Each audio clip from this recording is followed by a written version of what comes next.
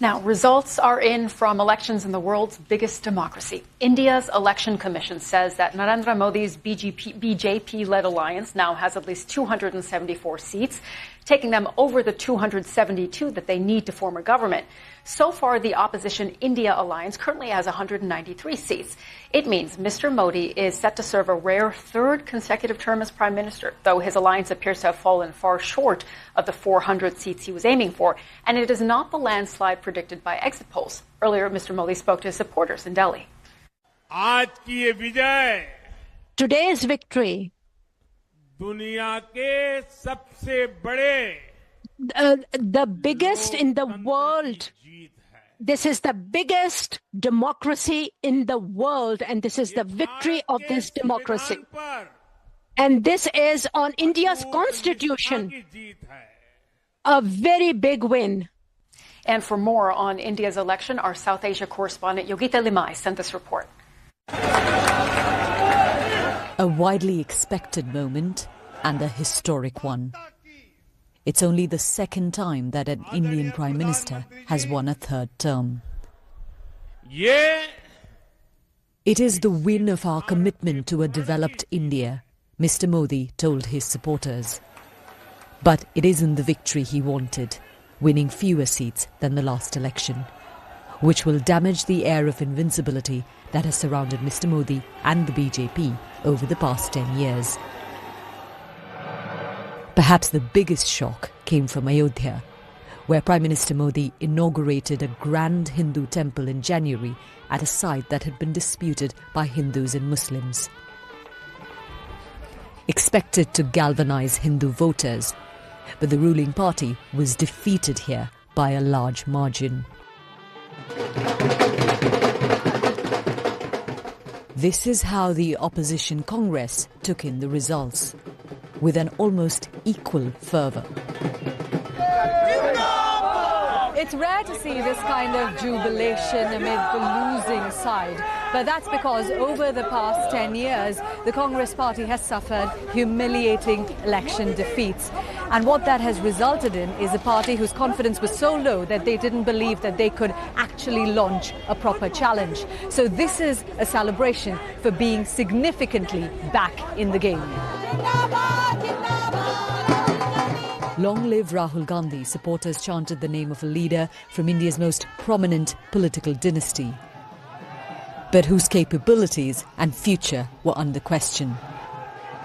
Today will mark a point of resurgence. The country has unanimously and clearly stated, we do not like the way they have run this country. We do not appreciate the way they have attacked the constitution. We do not appreciate the way they have run this country for the last 10 years. So that is a huge message to Mr. Narendra Modi. It's a bittersweet victory for the BJP. With the numbers they've got, they cannot pass laws unilaterally. They will need to take others on board. Some will see this as a win for Indian democracy. Yogita Limai, BBC News, Delhi. And let's get some analysis on the story now. We can speak to Ravi Agrawal, the editor-in-chief of Foreign Policy and the host of FP Live. Ravi, always good to have you on the show. Thank you for joining us. Can you help us understand how to characterize this victory for Mr. Modi? So a third consecutive term, is it really a setback for him and his party? So it's all of those things. It's a win. His party has won the most number of seats, but everything is about expectations, right? He has performed and his party has performed far, far worse than their own expectations and, crucially, than the expectations just 72 hours ago of exit poll data, which was banned until Saturday. And on Saturday, a range of Indian media channels released their exit polling data, which has got a patchy record in India, but by and large, one would have expected it to have followed a basic trend, but none of that has worked out to plan. So purely on expectations, purely based on what everyone thought would happen, based on what even the markets thought would have happened, because remember, the stock markets today are down by about 6% in India, basically erasing all of their gains from 2024. When you look at expectations, the BJP will see this as an underperformance. And the opposition alliance, when you look at expectations, will see this as something that they can celebrate to some extent, even though they have lost. Yeah, that's why we saw some of those images of celebrations from the opposition, Ravi. So how do you explain this? What is to blame for this significant drop in the number of seats? Well, there could be so many different things. If you look at the places where the BJP has underperformed, the key one is the state of Uttar Pradesh, which is a state that is home to more than 200 million people. And if you look at the type of people who live there, mostly rural, often lower income earners than the rest of the country, one thing that could suggest is that Indians are concerned about the economy, about inflation, about inequality. Crucially, Modi is seen as business friendly, as often close to some of India's billionaires. And maybe that just didn't play very well in that state in particular, but also nationally writ large. I mean, another thing here could also just be overconfidence. I think when you tell a nation that you're going to dominate and win an election, people don't respond to that very well. So it could be some of that. But lastly, to take a little bit of a step back, this could also just be a reversion to the norm. I mean, from the 1980s onwards, most Indian governments have been coalition governments.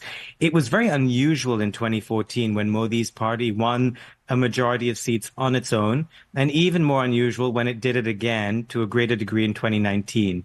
It has won this time, the most number of seats, not an outright majority, but this could be a reversion to the era of coalition politics, which is not unusual in most parliamentary democracies. And that would have been my next question then, Ravi. So what will this mean practically for Mr. Modi to have to enter into a coalition with his BJP?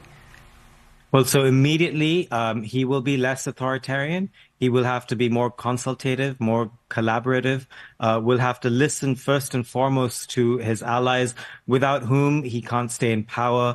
As your viewers will know, in any parliamentary democracy, if he loses the support of his partners, of his coalition partners, the government falls. And of course, Modi will do everything he can do to prevent that eventuality. So he will need to be someone who is more democratic, basically. And Modi has shunned parliamentary procedure. He has been more and more autocratic in his 10 years in power, has picked, for example, technocrats, cronies even, for key roles in cabinet positions and across the government. He's now going to have to bend. He's now going to have to play more of the parliamentary politics that he hasn't needed to do so far. That could lead to several things. It could bleed into, it becoming harder for Modi, for example, to erode pillars of democracy such as the media or the judiciary. But it could also have other effects on the business side. Again, noting that the stock market declined precipitously today in India. It could lead to business sentiment being affected, less certainty.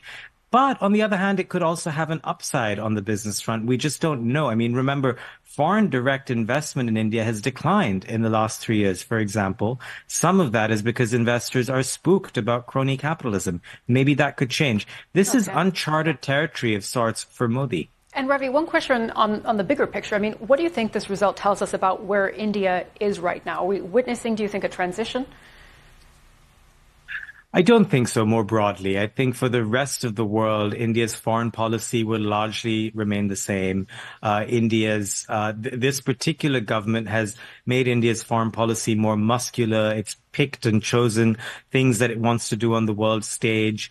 It has been more assertive. I don't think any of those things will change, in large part because they are very popular domestically. I think on the business front, again, India is going to try and push towards more growth, more industrialization, more manufacturing, job creation. The challenges remain the same, no matter who's in power. I don't think policy will change that much. The key distinction here is, inasmuch as the BJP tried to pit Hindus against Muslims, in that it was very incentivized by trying to create a pro-Hindu state. It may have to rein in some of those tendencies as it brings together a larger coalition to the table, and it has to allow more voices, more dissent.